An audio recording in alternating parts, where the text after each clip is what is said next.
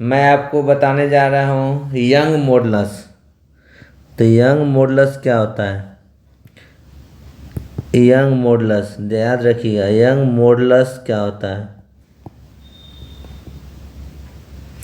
तो कोई भी एल लेंथ का स्टील या कॉपर का बार, एल लेंथ का यंग मॉडुलस किसे कहते हैं? ताज्जुब करते हैं कि कोई कॉपर, स्टील या कोई भी वुडन या कुछ भी एल लेंथ का बार है और इस पर फोर्स एफ लगाते हैं, क्रॉस सेक्शन एरिया ए है। तो फोर्स लगाने से इसमें स्ट्रेन डेवलप होगा। मान लीजिए लेंथ चेंज होता है, फोर्स लगाने से डेल्टा एल चेंज होता है। अब कहेंगे कि आयरन है, आप फोर्स लगाएंगे तो स्ट्रेन डेवलप नहीं होगा। तो ऐसा नहीं है, फोर्स लगाएंगे तो स्ट्रेन डेवलप होगा, भले ही कम हो या अधिक हो, स्ट्रेन जरूर डेवलप होगा। मतलब लेंथ में चेंज नेग्लिजिबल अमाउंट ही हो लेकिन होगा ज़रूर। तो सपोज यंग मॉडुलस को हम गामा करें, हर मेटल का, हर मटेरियल का कुछ न कुछ यंग मॉडुलस होता है। हर मटेरियल का कुछ न कुछ यंग मॉडुलस होता है। तो यंग मॉडुलस का क्या है फार्मूला? तो याद कीजिए, फोर्स बाय एरिया।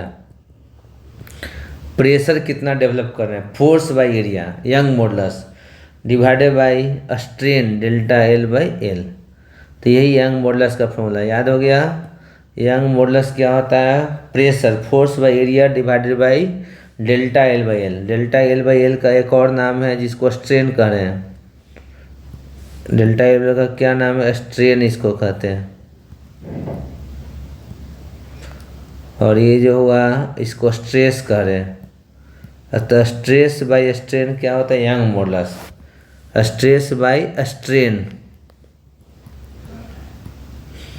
तो फोर्स पर यूनिट क्रॉस सेक्शन एरिया को स्ट्रेस बोल रहे हैं और चेंज इन लेंथ पर यूनिट लेंथ को स्ट्रेन बोल रहे हैं।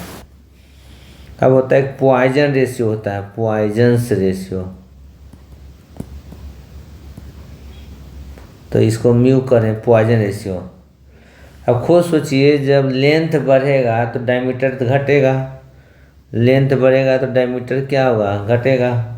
डायमीटर क्या होता है? 2 टाइम्स ऑफ रेडियस होता है। तो पॉइजन रेशियो करें, क्या होगा? पॉइजन रेशियो, म्यू किसको करें? पॉइजन रेशियो को।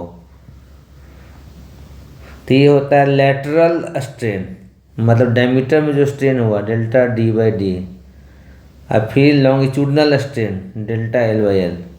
अच्छा, दोनों का साइन अपोजिट होगा क्योंकि लेंथ बढ़ाएंगे तो ऑब्वियसली डायमीटर घटेगा। तो पॉइजन रेशियो जो होता है minus change in lateral strain, मतलब डेल्टा डायमीटर बाय डायमीटर, मतलब change in diameter by diameter, और divided by longitudinal strain change in length by L. तो ये होता है पॉइजन रेशियो। तो इसी तरह एक कंसेप्ट बताएंगे, फिजिक्स नीट के लिए बहुत इंपॉर्टेंट है, नीट एग्जाम के लिए बहुत ज़्यादा इंपॉर्टेंट है, आईआईटी के लिए भी बहुत इंपॉर्टेंट है। तो यंग मॉडुलस के बारे में बता दिए और पॉइजन रेशियो के बारे में बता दिए। तो दोनों याद रखिएगा। इसमें कभी लेंथ स्ट्रेन देगा तो ये पूछेगा लेटरल स्ट्रेन। तो ये सब रिलेशन बेस्ड क्वेश्चन होते हैं। क्लियर, समझ गए होंगे उम्मीद है। चैनल को लाइक एंड सब्सक्राइब करते रहें तो एक से एक वीडियो मिलते रहेगा। बताने जा रहा हूँ कंसेप्ट, देखिए 2